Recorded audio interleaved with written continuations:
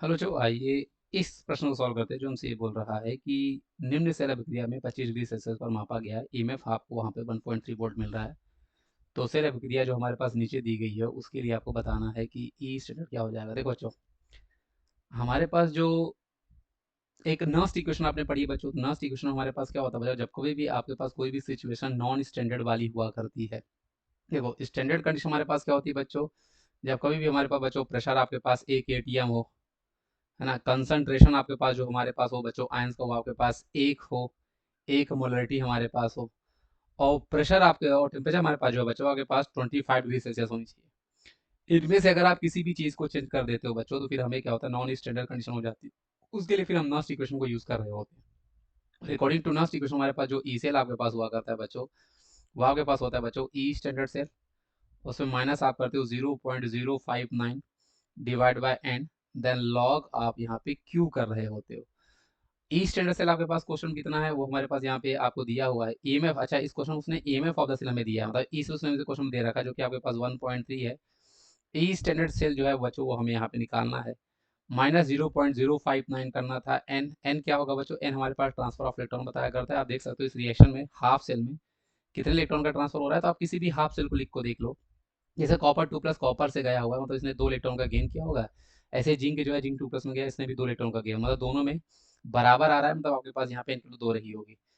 Log आप करोगे Q हमारे पास क्या होता है बच्चों, ये आपके पास रिएक्शन कॉशेंट होता है, और क्यू हमारे पास होता है प्रोडक्ट डिवाइड बाय रिएक्टेंट। लेकिन ध्यान रखना जो सॉलिड होते हैं बच्चों उनका एक्टिव मास जो होता है वो 1 होता है। सॉलिड को हम नहीं लेते, केवल आयंस लेते हैं या गैस लेते हैं।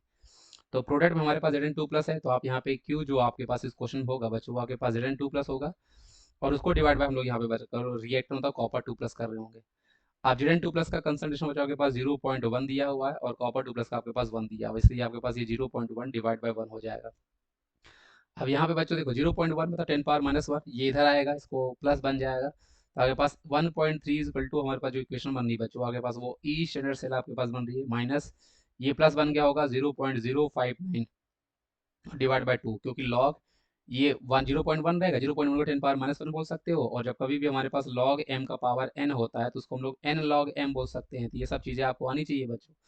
तो ऑब्वियस सी बात है आपके पास यहाँ पे क्या इधर आया होगा, तो आपके पास ये इक्वेशन बन गई। इसको सिंप्लीफाई करोगे तो आपके पास वैल्यू हमारे पास 0.0, ये आपके पास 2 आया होगा, और ये 2×9=18, ये 295 आया होगा।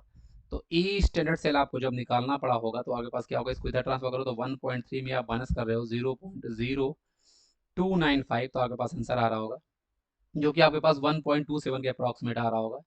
इसलिए इस क्वेश्चन का सही जवाब बच्चों आपके पास 1.27 जो है बच्चों वो आपके पास हो जाने वाला है।